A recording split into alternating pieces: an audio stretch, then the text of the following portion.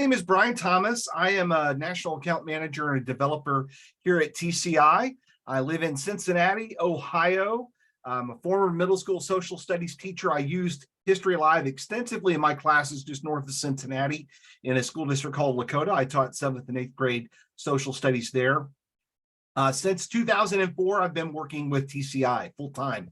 I do sales, I do professional development. I also help on the development of our programs. And if you teach science, you'll be happy to know I don't develop the science program because that's not my background, but I know our programs really well. And I'm excited to be here with you today to be able to take you a little bit through some of the tips that you can use when you're doing assessment and grading. So just some quick housekeeping, because this is a webinar format and not like a Google Meet or a Zoom meeting format. I actually can't hear you. So I am going to rely that you use the chat if you've got questions that you could throw them in there in the chat. It's just me today. There's no other TCI people, at least I'm unaware of any other TCI people that are on here. So if you put your questions in the chat, I've got a second screen over here on the left that I'll be able to use and see it. So what I'm going to be going over in the next 45 minutes to an hour are tips on how you can do assessment and grade in TCI and not lose your hair like I did, that you'll be able to do that. And of course, I want to be able to take your questions as well. So let's get started right off the bat. And I'm actually going to ask some questions of you. Help me out a little bit to know where you're from. So you're going to see on the screen here that there is a QR code. If you have your cell phone handy, and you want to answer this poll question on your cell phone device, you can actually scan that and it'll take you right to the poll. If not, and you want to do it on the computer, like what you're connecting on right now, in the chat, I just posted a link to this live poll, and it's where are you from? I know where some of you are from, but not everybody. So go ahead and use that in there. Whoops. And what I'm going to do is I'm going to show this live real time so I can see that we've got some folks in Southern California down here, for example, that they can't be the only people in Southern California. We've got some in the Valley. Yep. Where else? Where else we have some folks? Go ahead and use that code. And if you need me to throw that up there one more time, I'll do it again. So you can scan this QR code right down there. Or you can go to menti.com on your phone and then put in this code, or go to the chat and just use that link directly, and you'll be able to show me where you're from. So it looks like everybody on here, based on what I see, is from California. I don't think that's actually the case. I think most people are not from California. Oh, it says the chat is disabled, unfortunately. Denise, it says the chat's disabled for you.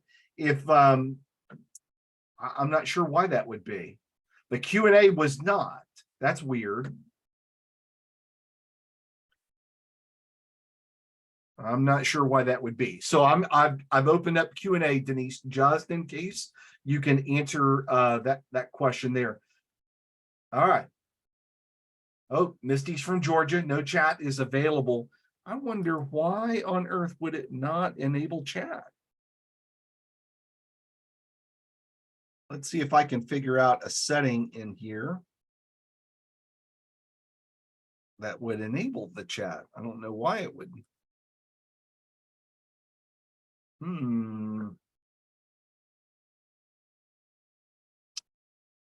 Well, fiddlesticks. So we may have to just use the Q&A, which is not great, because then it doesn't allow people to be able to ask questions of one another. I'm the only one that's going to see it. Why?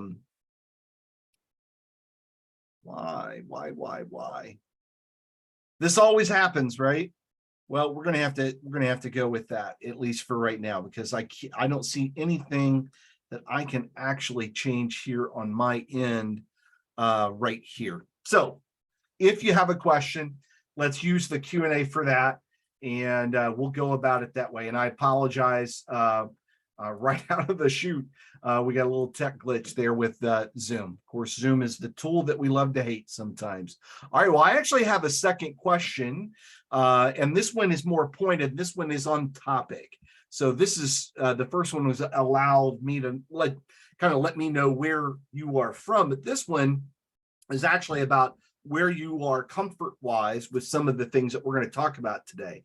So how would you rate yourself? I am great at making assignments with TCI. I'm great at grading. I am great at making and managing TCI assessments. Where would you put yourself on a scale of 0 to 5? We'll see it populate here on the screen in real time and kind of see what the average is. So we have some folks that are really good at making the assignments. That's great. Kathleen is using the Q&A. Let me know that she's a 1. Kathleen, is that a 1 across the board, I guess, or is that a 1? Is that a 1 in just one of those 3 areas there? So we've got an average of 4.5 here on the assignments, 3.5 on making and managing assessments, and then also a 3, average of a 3 across the board. We just adopted. Well, Kathleen, it's great to have you have this be your first year using our program. That's exciting to hear. All right, so I can see that there's more comfort on making assignments, but and this is just as I predicted, but I wanted to see the challenge for some people, especially new teachers, is going to be on the assessment and being able to grade it, especially the grade, because there's so many different, variations and variables when it comes to grading that we have to try to account for. Not everybody's going to grade exactly the same way. So my goal in the webinar that we're going to have is that whether you're using our science program or our social studies program, whether you're teaching elementary, you're teaching middle school, or you're teaching high school, I want to give you all some tips that I think will make those numbers jump a little bit higher. And certainly as your comfort level increases as you use the program, I think that will naturally occur. So we're going to move away from the poll right now. And what I'm going to do is we're going to go into assessments first, because I want to cover grading second. And the way I've got this set up is that I'm going to show a tip, and then I'm going to go live. And I'm going to show it live, and I'm going to model it for you. And of course, this will be good for people to go back and review later on the recording as well. So let's start with assessments. Now, even before I share the first tip, let me show you what I'm talking about when we're talking assessments in TCI, specifically summative assessments. Where is the tool and what's the basic functionality? Let me show that first. So I'm in a middle school social studies program. Now, if you teach another program or grade level or subject, don't worry, because the tools that I'm going to be showing work exactly the same way. Know this, that in your sidebar, when you go over and you click on assessments there, we have an assessment for every, what we call lesson. Many teachers will think chapter in their head. So for example, I'm at lesson 41 right here in the Ancient World program, and there is a chapter on learning about world religions, Christianity. Now, everyone's going to see the very same tools underneath that. Your chapters are going to be different. The subject matter may be different. Your grade level may be different, but everybody else is going to see the very same thing right down here. That is, you're going to see a square for a question bank, one for TCI tests, my district's tests, and then other teachers' tests. Now, if you want to create your very own test from scratch, you start right there. You click the green button, you give your test a name. When you go to the next screen, you'll see a what we call a window appear where you can insert questions and you can create questions. And right over here, once you create them, they'll be in this space. Now, right now, we don't have anything there because we don't have any questions. Now, if you're inserting questions, really simple, you've got some options on being able to sort with. And when you click into it, it's going to automatically have filtered by the chapter that you're talking about and any summative assessment options. But you can also use these filters over here to add additional chapters or sort further or filter further down to very specific groups of people. Just TCI, are you looking only for questions from us? Or you may be also interested in other teachers' questions that are out there and start to broaden that pool out if questions have been shared with others. So you can use these filters to your benefit. And a good example, if I'm a teacher, middle school teacher, and I'm close to the end of the unit on Rome, where this particular chapter is in, maybe I'm ready for a unit test. So instead of just asking questions from this particular chapter, I can actually go in here and I can say, well, you know what? I'm also going to pull in questions from chapter 40 and chapter 39 and chapter 38, all the way down to the very first one from the unit, which would be the geography and early development of Rome. And now look, my question pool has jumped up big time, 139 questions. So you can use these filters to your benefit. You can also preview what an item looks like. Now, of course, that's just directions. Let me actually show a question like this one right here, where they see a stimulus. There's a timeline right there. And then this is a multiple choice questions. I like that. I'm going to ask that in my test. So I'm going to add that to my selection. It puts a check mark right next to it for me. Or if I'm looking to add quickly, I can just go through and manually check. Or if I click this little box at the top, it will actually select all of those. But let's say it's just those 3 items. Of course, one of them is just directions, and I want to add those to my test. Not a big deal. I just click that green button and go ahead and verify, yep, I want them in my test, and then it's going to go ahead and do that. So not only can I add in questions, I can create my very own items as well. So prompts for directions, multiple choice items, writing prompts, table prompts, like if you're doing a chart or something like that, drawing prompts, maybe you want your students to annotate something. You're teaching science, maybe you want them to annotate body systems and point them out. Fill in the blank, image multiple choice, and drag and drop. So you've got a variety of different choices that you can build your questions from scratch. So you've got a tool that will allow you to be able to do that. Once your items are in your test, let's say you create your test, then you can manage it. You want to preview it, look at it, see what it takes, what it looks like to a student that would be taking this test. Maybe you want to go in and you want to give this test in a paper and pen format.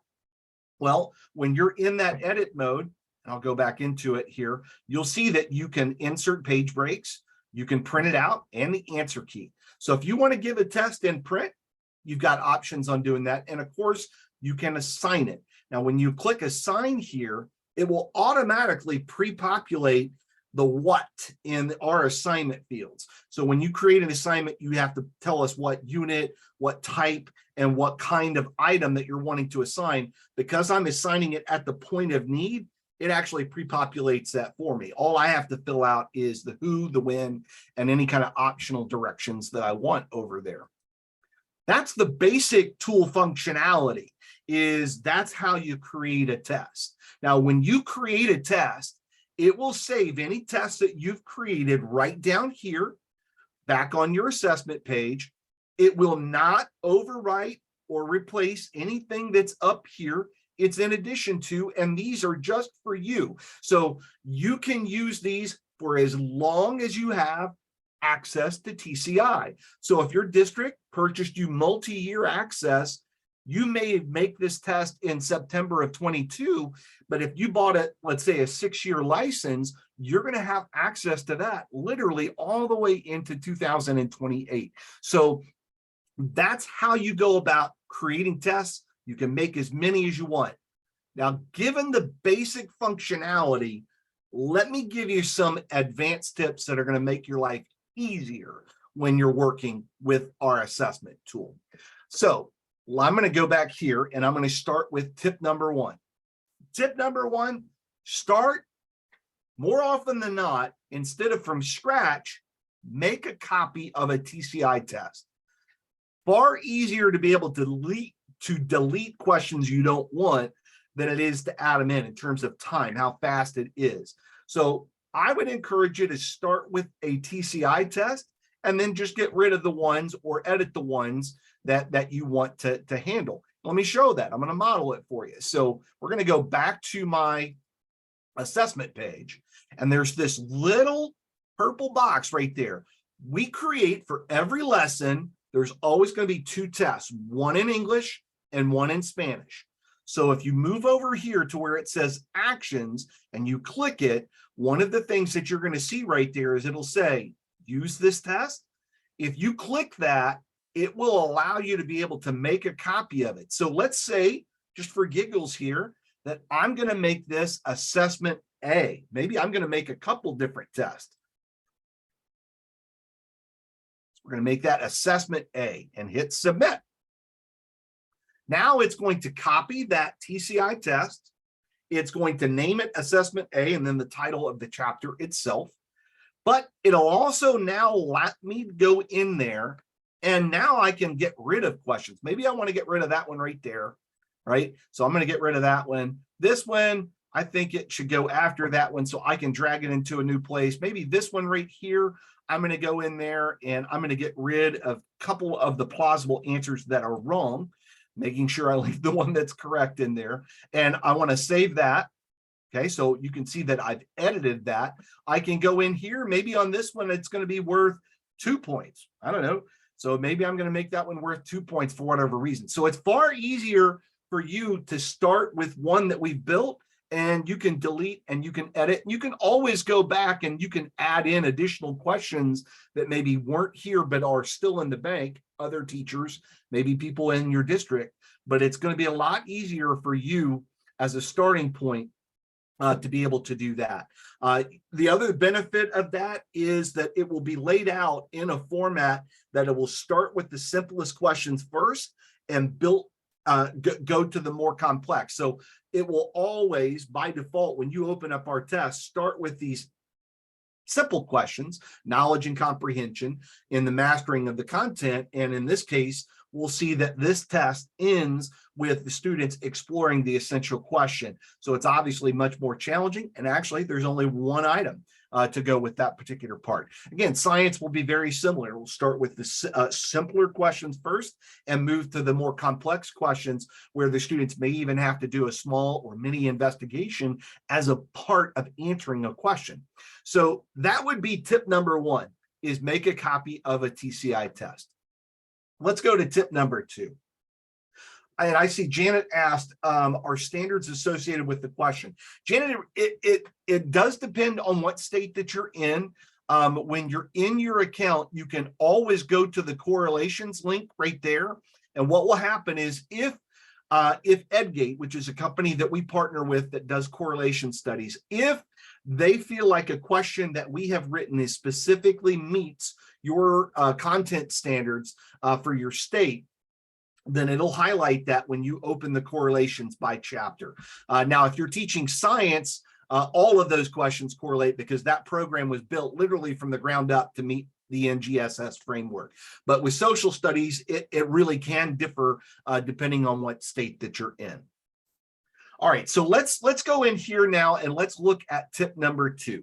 Tip number 2, sharing can be your bestie. So if you work with colleagues, divide and conquer. If each person makes an assessment, it's going to make everyone's work easier. And let me show you why. So let's say that I'm in a department of 3 or 4 teachers who also teach ancient history, but we all have gen ed classes with students that have special needs in there. Maybe students are reading below grade level. We also have advanced learners in there. So we've got a variety of different types of students. Well, I don't want them all taking the very same test. So if we can divide and conquer and then share our test, then we can actually benefit from the work of others. Now, that's not possible for everybody. If you're a department of 1, you're it. But if you are in a multi-person department, sharing can be your best buddy, because when you create a test, when you go in the management area there, you can determine, do I want to share it? By default, nothing is shared with anyone outside of you. But when you click that share button, you've got 2 choices. One is that you can share with everybody, not just people in your district, but you can share with everyone across the country who uses that same lesson. You can also share just within your district. So you can pick, you can choose, you can share, and that can be your best buddy when you're wanting to create multiple forms of an assessment. Now, having said that, if you are a department of one, or you know that's going to be falling on your shoulders most of the time, let me show you some tips that I would encourage you to remember. One is that when you create a test, this is test A right here. I'm going to go in and I'm going to click done right here. And let's say I wanted a test B, right? So I'm going to go by actions on test A. And then what I'm going to do is I'm going to make a copy. And this one, we're going to get rid of that copy of, and I'm going to make this copy, and I'm going to call this one assessment B. And I'm going to go ahead. It's going to now open up. Once it opens up, I can click a randomize button. I can go in and I can hand move items. I've got some options. So hand moving something from one place to another, it's really simple. You just click, you drag, you drop. If you want the computer to go in and randomize it for you, you can click that and it will actually make a copy of that very test, but it will randomize it for you. So it's almost like creating a test B automatically. The one caution that I would add to that is it also throws in the directions into that mix. So just make sure you go in and you reset the directions where they need to be. I would definitely encourage previewing. More often than not, you'll probably want to do it manually before you would just click that randomize button haphazardly. But you can do it. You can go in there and you can move things around and you can make multiple forms of an assessment. Now, when you make your assessments, you can assign them to whomever you want. And that's really not necessarily a tip that's on here, but you can definitely go in and assign something to a specific student. So I actually have a class in here. I'll show you how that works. When I'm in my assessment, let's say assessment A, I'm going to have Emma, one of my students, actually my child, I'm going to have Emma take this test. So what I do is I go down here to manage and I click that little calendar icon. Now that calendar icon over the summer, we started adding that to lots of different places. And it's great because it makes it easier for you to assign. So again, it's going to pre-populate this information for me. All I have to do is to worry about what's on the right over here. So I'm going to assign it to period 1 because I've only got the one class and I want to give it only to Emma, only to Emma. So I'm going to uncheck Owen. And now Emma is going to be taking this test.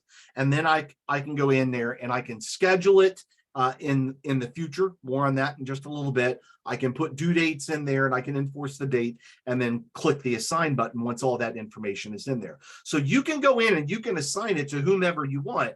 When you assign a test, what happens is in the grade book, you will see a column added for every test that you create. Let me show you one that I've already did in the lead up to today. So it's in, I want to say it's in the lesson 36 here. Yep. So in lesson 36, I actually created 2 tests, a test A and a test B. And depending on whom my students, which ones I wanted them to take, I went in there and I manually picked who would take what. So that's not so much a tip on assessments because that same tip could be on any assignment. You can assign it to whomever you want on these assessments.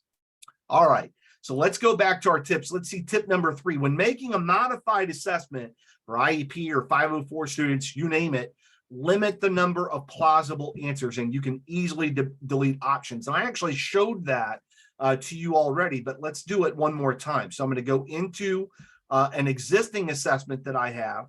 You're going to see this on test B that I did for this assessment that has already been assigned, is that when I go into edit, I can get rid of any plausible answers that are not the correct ones.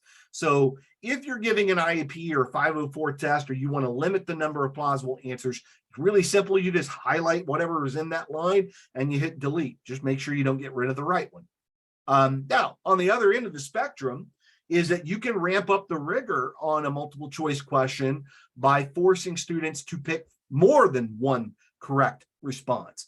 So you'll see that you've got multiple options over there. So use those to your benefit and modify your assessments as needed, but make sure that the assessments that you're giving meet those students' needs. So that would be tip number 3.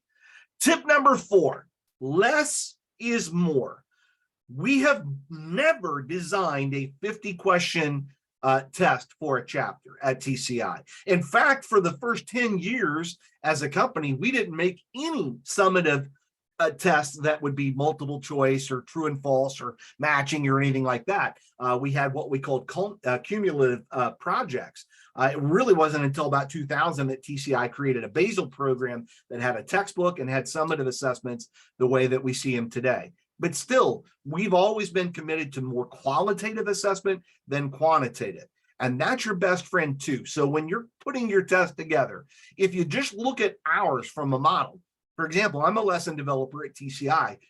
When I write a lesson and I'm thinking about the assessment, I'm not trying to come up with 50 multiple choice questions. I want to think about, all right, what are some questions that spiral from simple and move to complex? Because we're constructivists. We follow the spiral curriculum approach that Jerome Bruner wrote about.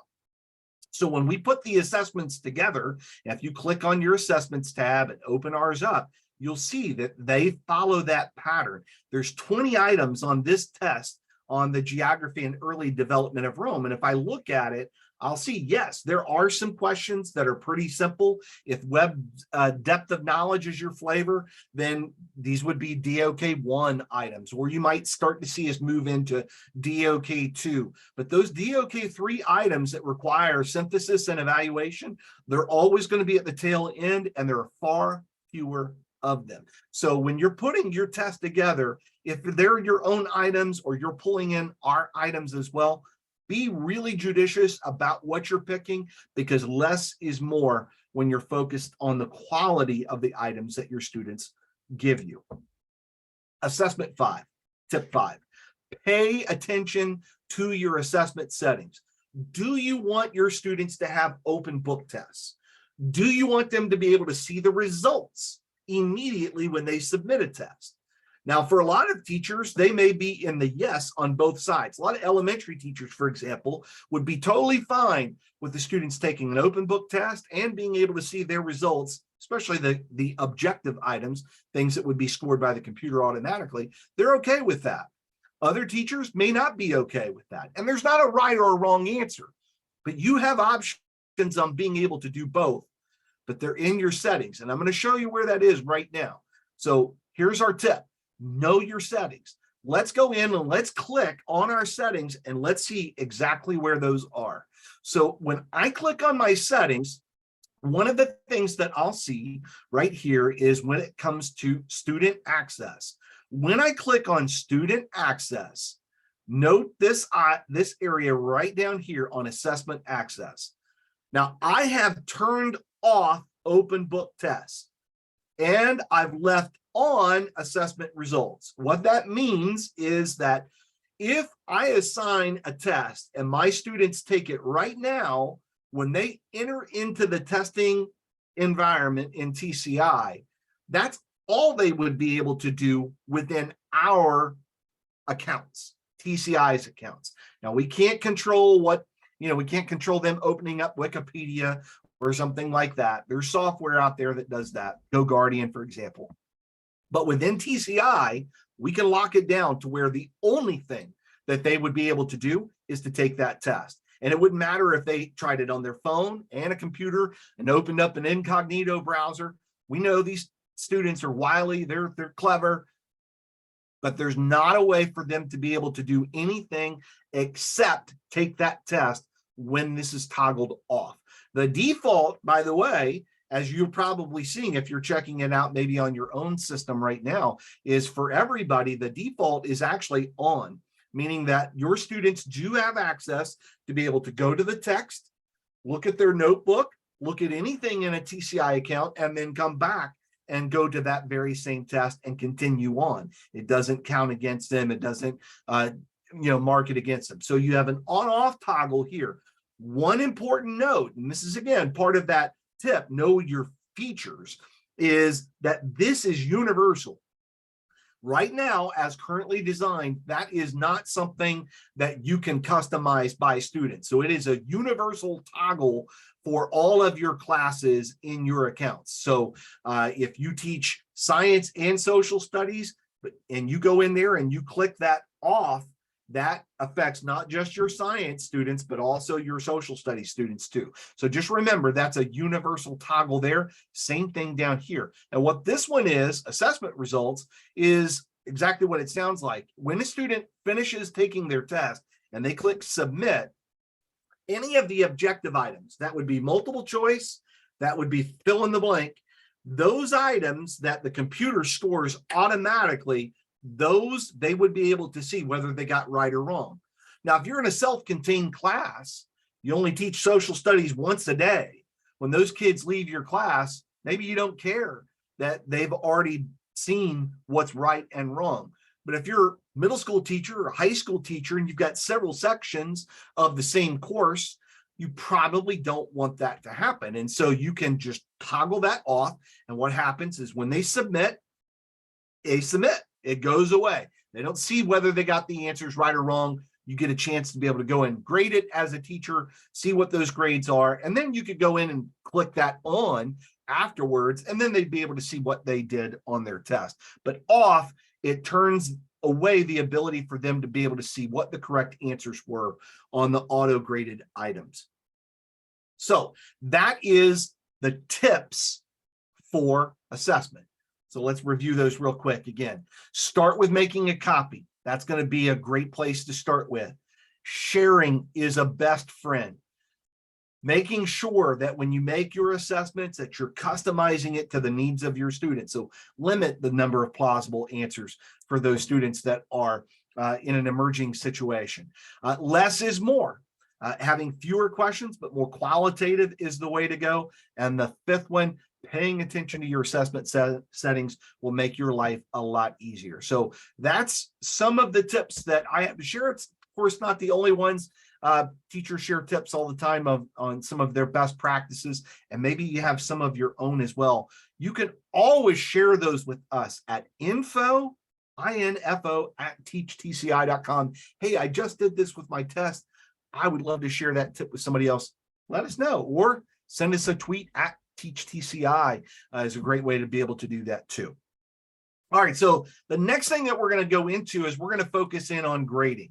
So what I'm going to do is I'm going to switch gears here, and I want to make sure I clear the deck there of questions on the side, because I think we answered those. And we're going to focus now on 5 grading tips. Now, again, let's do the basics of this.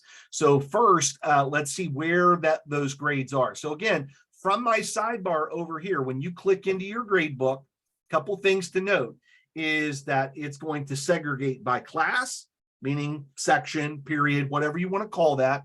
It's going to segregate by class, and then also by chapter. So here I'm in period 1. That's the grade book I'm looking at. And I'm looking at the grade book for this one lesson, lesson 36.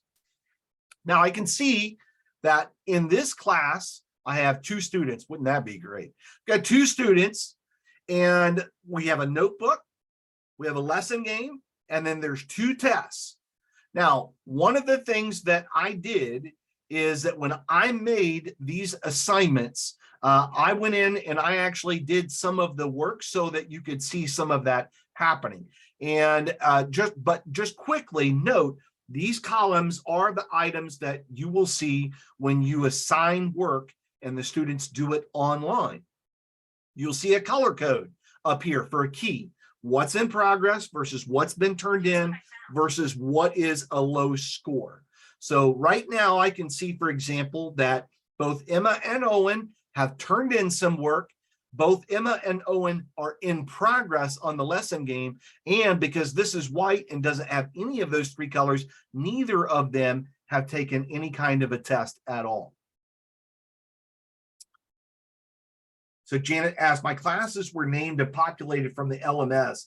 Can I edit the name of the class in TCI after that? Unfortunately, Janet, no, because of the way the sync would work.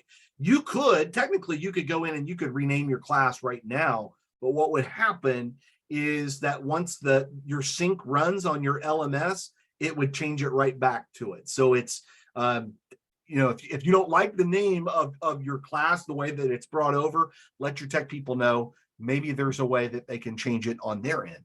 But we get whatever's coming from your LMS.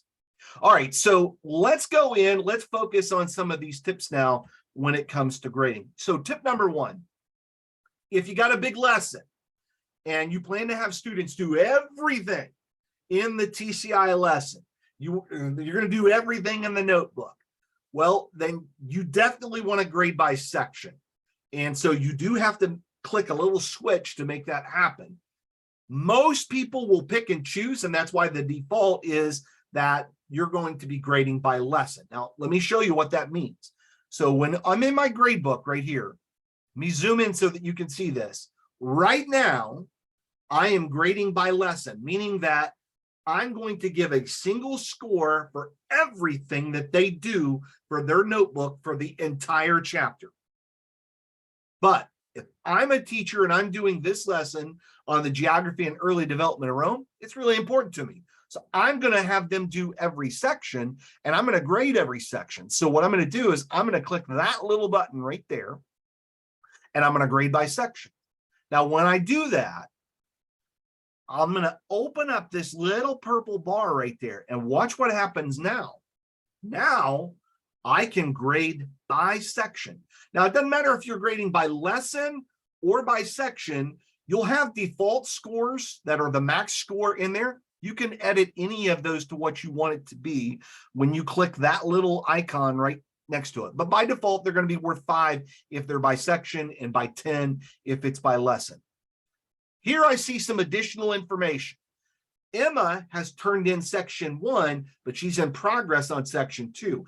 Owen has turned in both sections. And then, of course, as I scroll over, I'll see that, well, those are the only 2 that they've done so far. And that makes sense because I had only assigned them, if we look at my assignments in here, I had only assigned them to do the introduction and section 1.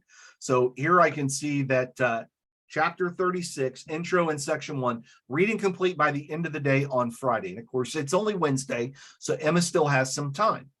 Now, in my grades, whether I'm grading by lesson or by section, to view student responses, it's really simple. You just click into their grade, essentially, this little area right there. So I click one section turned in, it's going to open up Emma's notebook. And now I can see what's been turned in versus what's in progress. So here it's been turned in. And if I open that little caret, this is where I'll see the item that she had. If I click this, it will actually zoom in for me because this one she had to annotate. She had to circle some items there. So I can quickly click on it. I can use a magnifying glass to be able to use, I wouldn't say reading glasses, but kind of built-in TCI reading glasses, if you will. And of course, I have an answer key down here as well. So I've got a variety of things that are at my disposal when I'm grading their response. Now, again, if I'm grading by section, that's going to be one of the things that I want to focus on if I'm going to be doing every notebook activity in there. Because I switched it to where I'm grading by section, my number that I'm going to be giving by section goes right here. So I'm going to make this one, let's say I looked at both of her responses. I'm going to give her a 4 out of 5. It will actually keep this little tally right up here at the top, and that number will accumulate all the way up to 45 because that's how many sections times 5 that are there. So there's what, 9 sections that are available for us to have. Denise asks or comments, when a teacher clicks on one of the sections that's assigned in order to grade it, does it just show that section or all the sections in that lesson? The teachers are telling me they see all the sections.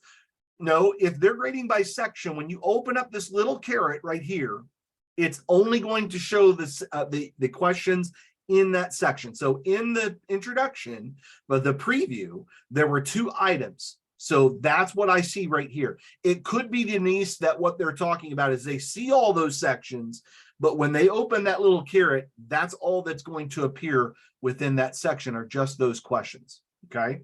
Now, one of the things I would suggest, and actually a tip on here, and I believe it may even be my next one.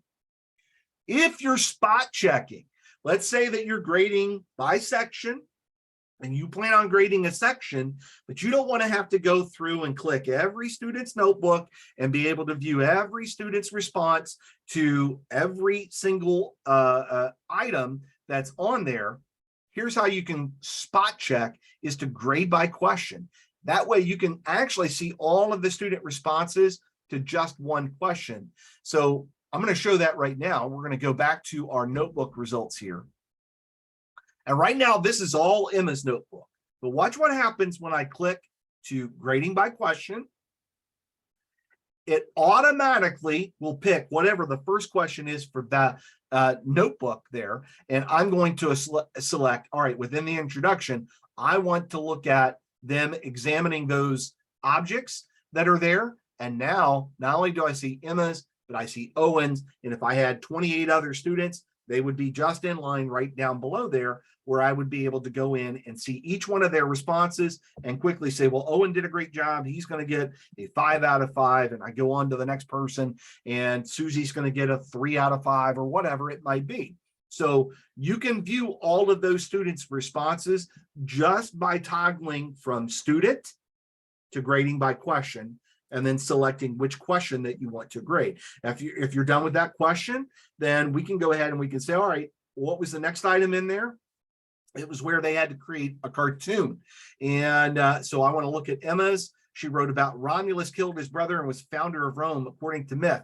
That looks right to me. Here was Owen's. According to myth, Rome was founded by Romulus after killing his twin brother, Remus. That's good too. So they both got, really good score there. I'm going to go ahead and give them a 5 out of 5. Now, the other tip that I'll give you, and it will actually lead into it, is use stamps to give feedback quickly. And you can save commenting for redirection or lengthier praise if you feel like it's warranted. So what I'm talking about there is not only can you put a score in, but just to the left, you'll see where it says add comment or stamp. And when you open that up, you can type in a response. So if I wanted to tell Emma, hey, fantastic, right? I can type in fantastic. Emma would get that feedback by her notebook prompt right there. But I could just as easily hit add stamp and give her a check mark. And I could come down to Owen's and say, this one, just for giggles, I'm going to make a thumbs up. So I mix it, match it. I've got a variety of different stamps. And that's a great way to be able to save some time on these commenting for ones where you want to provide redirection. Hey, good effort, but I was really looking for this. I want you to go back and look at this, this, and this, or whatever you might want to say there. Or you really want to give some extensive praise because perhaps it's warranted on what they put together. So use the stamps to your benefit. Kids love to see feedback. Students, I don't care how old they are, from little ones all the way up to seniors in high school, they love feedback. We all do. So make sure that you're giving them some feedback, and you've got a variety of choices there when it comes to that. Grade tip number 4, be judicious. How you create your assignment to be graded. So this is almost like before you grade it, be thinking down the road and be really judicious about what you plan on assigning. Be careful about what you schedule and enforcing due dates. In most situations, you're way better off only using scheduling and enforcing due dates for summative assessments and unit projects. So let me show you what I mean by both those things. You almost got a 2-in-1 there. So let's go into an assignment now. All right. So I'm going to pick something else from that very same chapter. So I'm going to go to my lesson overview. Let's say I wanted to assign something else from the reading, because this is going to be something very common. Doesn't matter if you teach science or social studies, is everybody has a textbook to go with these really great lessons. Well, I assigned the introduction in section 1, but I haven't done anything for section 3, 4, 5, and beyond. here's this little create assignment button right up here, that little calendar icon. So when I click that, again, if I do it at that point, it pre-populates this information for me. Let's compare that to what I'm about to show you. So I click it at the point of need, it's only going to assign or pre-populate section 3, because that's really all I plan on assigning. If you're not careful and you start by creating an assignment over here, you could totally do it, because sometimes you want to really handpick what you want to put together. But if you click create new, you've got to go in here and you got to say, all right, wait a minute. That was what, lesson 36. And what am I assigning? I'm assigning the reading. And oh yeah, I wanted to assign, oh, you know, I'll just click this all. And I'll just tell my class that I'm only really interested in section 3. Don't. Be judicious. Do it from the point of need. Assign only what you plan on grading. Don't create more work for yourself. So I only want to assign section 3. Be judicious on who you assign it to. Who do you expect to complete that assignment? It can be one student, it could be groups of students, it could be whole classes, it could be all your classes. So you get to pick. You've got godlike control when it comes to that. And then here comes to the second point. Be judicious about using scheduling and enforcing due dates. And here's why. If I schedule something for later, what I'm telling students is that I do not want you looking ahead. And in some cases, you won't have access to it until a particular point. If I click enforce due date, then what that means is that once this date, the due date, passes and it's time, that I will not, as a student, be able to go back in there and add to or change what I already have completed. I'll be able to view it.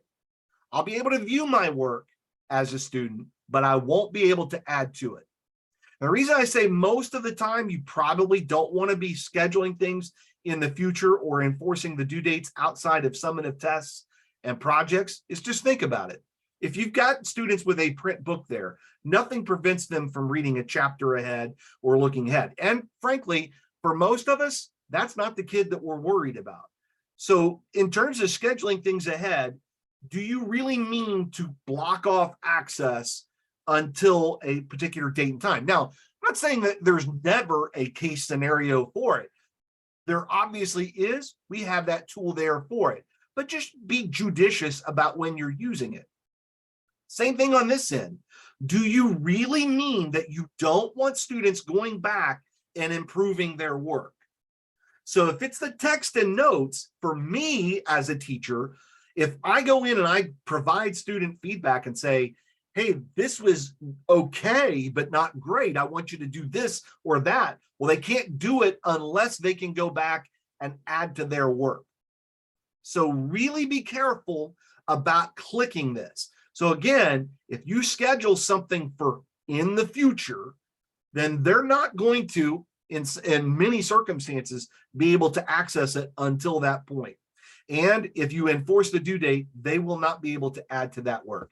The other thing that you can check with that, because this will impact it, is that in your settings, just like I had put a tip in there about your assessment settings, the same is true when it comes to student access on the content. Do you want them to be able to have access to unit projects, the text with notes, and lesson games before you assign them? The default for everybody is on, because we're thinking about just like a print a textbook. There's nothing that prevents a student from opening the book right slab in the middle of it and beginning right there if they wanted to. So that's why we put these things for on, but you can, as a teacher, turn them to off here. Just note, if you turn these off, the only way your students will access unit projects, texts, their notebook, their lesson game is if you actually physically assign it in TCI. Doesn't matter if you're using another learning management platform, you have to assign it in TCI. That'll be the only way if you turn those off. And again, not saying don't use those. We absolutely have that there for a reason, because there are some good cases where teachers want to be able to turn off that access. But just be careful, be judicious about using those types of features. Fifth and lastly, be kind to yourself, your future self. Don't go crazy assigning everything in there, because that means you're assigning a task for yourself to grade everything that's in there. Pick what's most important. There's a lot that's there. I put it this way to a district that I work with. We have a brand new program called The World Through 1750. Starts with early man and basically goes to the Age of Enlightenment, 1750. If you were to try to teach everything in there exactly the way that we wrote it, with all of the enrichment readings and everything that's there, there's about 50 weeks of instruction. If you were to break that out over the course of what's actually actionable as a teacher, it would take 2 years. That's why many districts who use that program will use it over the course of 2 years. It's kind of the way it's meant. You can't go in there and just assign everything. You'll drive yourself crazy. You'll exhaust yourself, because you're creating a scenario where you've got to go in there and you've got to grade every bit of it. And it doesn't take that. It doesn't take 40 grades to determine whether a kid gets it, doesn't get it, or doesn't get that they don't get it. It usually takes far fewer of those items. Again, quality over quantity. And that's what you want to be focused on when you're assigning things in there. Janet asked, for science, is this also where I can see the investigation notebook answers? Yes, Janet, same thing. When you're in your grade book, that's exactly where you will see the investigation notebook answers. Denise asked, do teachers get notifications when students submit an assignment similar to what's done in Google Classroom? Yes, Denise. So watch what happens here. So I'm going to actually log in as Emma, and I'm going to do a little bit more work, and I'm going to click turn in by one of those assignments. So let's go to my grade book. Anywhere you see the little key icon, you can actually log in as a specific student. So I'm going to log in as Emma here. It's going to warn me, hey, you're logging in as that student. Is that really what you want to do? So I'm logged in as Emma. Now remember, she had started section 2, but not turned it in. So let's go to that one. That was section, or I should say section 1, she had been in progress of. So if we go to that section, again, the computer thinks that I'm Emma. So there I can see the first response that she had, but she had not done anything there. So I'm just going to add squiggly line in here. Yep, she put a really great piece of art together. It saves automatically. But now what I'm going to do is I'm actually going to click the turn in button. So when I click turn in there, and I go back to my teacher account, here is how I'm notified. 2 places. One, at the gradebook level, I'll see, hey, there's updated work. And it prompts me to open up Emma's notebook, and I can see, hey, right there is updated work. And if I scroll down, I'll be able to see it. The other place that the teachers would see it is when they're at their assignments. It's actually the dashboard. When they're in their dashboard, they'll also be notified there too. Denise asked, if the due date is not enforced, will it flag the students the assignment when it's past the scheduled due date? Yes, it does. So when a student opens up their assignments, they see when things that are due. And when you open up your grades, it doesn't matter. Even if you don't enforce the due date, watch this. So I'm going to open up Owen's this time, and let's look at one of his answers that are in there. I know exactly when the last save point was. So if for some reason I wanted to take that into account based on the score that I gave him, let's say that the due date was yesterday, but he updated this today, and that's when he actually turned it in. All right, I can take that into account and maybe take 20% off and give him a 4 out of 5. So it doesn't preclude you from being able to take that into account when you give those scores there. Laura asks, can students still access the task and turn it in even if it's not assigned? Yes, Laura, they can. If you don't assign, let's say, a lesson game, but a student just does it on their own and they click turn in, that score will be recorded. You'll see it in your grade book, even though you haven't assigned it. Now, with a lesson game, students can actually retake those by default. They can restart those at any point, and it'll clear the scores, and then they can retake it again. But again, you'll know when students have completed work because you'll be able to see it on your end. All right, I think I answered all the questions that I see there. And I also got to the last tip number 5, and we've only got a couple minutes left. And that leaves me enough time to talk a little bit about next things. So one, you still have some time to put in some questions in there if you want. Feel free to go ahead and do that. Second, and I'm going to put this link into the chat right now for everybody. So I gave you those tips, but you can also scan that QR code there and you can get access to them.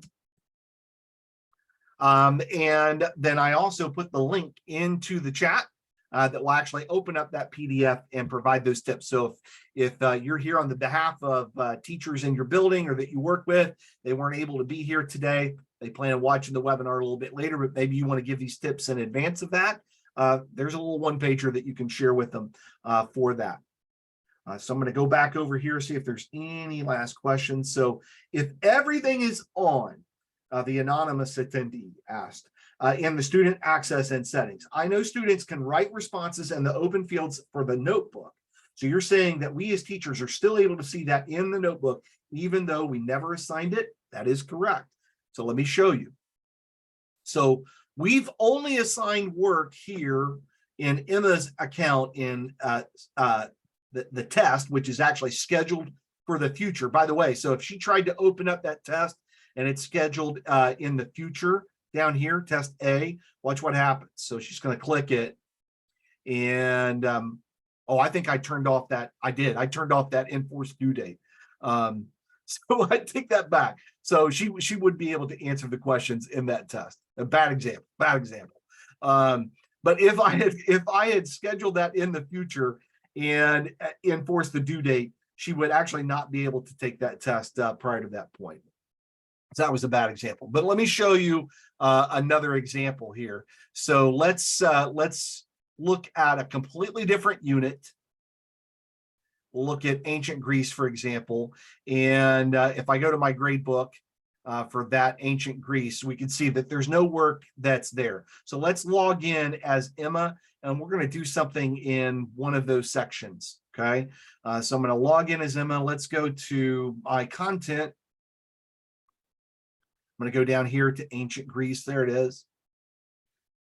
Hop into a chapter. Let's do the geography and settlement of ancient Greece. And I'm going to go into my reading where the notes are embedded underneath there. And there's a preview. They're supposed to examine a map about the physical geography of Greece and then answer some questions below. So there's her answer. She's going to click turn in right there. Even though it wasn't assigned, because there's open access, she could do it.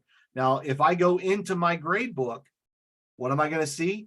If I go to that chapter, that, hey, wait a minute, somebody's actually done some work. So I could open that up and I could see, all right, oh, Emma did this on September 21st, and it's a bunch of gobbledygook. Evidently, her cat walked across the keyboard for whatever reason, and she hit submit by accident. So, all right, I can let Emma know, and she can go back there and she can correct that, or maybe I just disregard it completely. So, yeah, you'll be able to see their student work regardless of when they have done that, and it's all dated and time-stamped. Folks, I want to thank you for the opportunity to be able to spend some time with you today. Just remember that this webinar has been recorded. We will post it in our professional development library. And for everyone, where you can find that, if you go to teachtci.com, at the very top there, you click on professional development. When you click on that, you'll see over here on the right-hand side where you can explore our webinar library. It's also where you can access future webinars that we're going to be planning, and then also get access to some self-paced courses, both there, if people are just getting started, or more progressive types of self-paced courses that I created for teaching with TCI. There's one for each one of the different markets that we sell to: elementary science, middle school science, elementary, middle, and high school social studies, and then also one on managing assignments and assessments with TCI. So you can actually go in there, earn a badge, get a certificate, and be able to show that you are an expert on assessments and grading. Again, I appreciate the opportunity to be able to work with everyone. If you do have questions that we didn't answer here tonight, that they come up, just remember, and I'll put it into the chat so that people can see it. It's info@teachtci.com, info@teachtci.com. You can also reach out right from your account anytime just by going to that little question mark up there at the top. And when you click that and go into help, you can find quick answers to the questions within our help area. You can also, when you click on that little help icon, I'll go back there. When you click on that little help icon, you can also share feedback. So if you've got a great idea for how we can continue to improve this product for you, let us know. Again, thank you so much. Everyone have a wonderful evening, a safe evening, and we hope to see you back here real soon. Bye-bye now.